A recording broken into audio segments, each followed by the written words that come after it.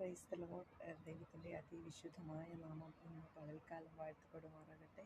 ദാനിയേലിൻ്റെ പുസ്തകം 9-ാം അധ്യായം ഹല്ലേലൂയ 23-ാം വാക്യത്തിൽ കർത്താവ് ദാനിയേലിനോട് ഇപ്രകാരം പറയുന്നു: നീ എനിക്ക് ഏറ്റവും പ്രിയനാകിയാൽ നിൻ്റെ യാചനയുടെ ആരംഭത്തിങ്കൽ തന്നെ കൽപ്പന പുറപ്പെട്ടു എന്ന്. ഹല്ലേലൂയ.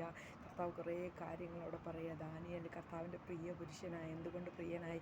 അവൻ രാവിലെ ഉച്ചയ്ക്കും രാത്രിയും കർത്താവിൻ്റെ സന്നിധിയിൽ സങ്കടം ബോധിപ്പിച്ച് ദൈവസന്നിധിയിൽ ദൈവത്തോട് കൂടെ നിന്ന് ഹല്ലേലൂയ ദൈവത്തിൻ്റെ ഹൃദയം അറിയുന്ന ഒരു ഹല്ലേലൂയ പ്രവാചകനായിരുന്നു, ദൈവശിഷ്യനായിരുന്നു. ഹല്ലേലൂയ. ഇന്ന് പൽക്കാലം കർത്താവ് നിങ്ങളോട് പ്രകാരം പറയുക: നിങ്ങളെനിക്ക് ഏറ്റവും പ്രിയപ്പെട്ടവരാ. ഹല്ലേലൂയ.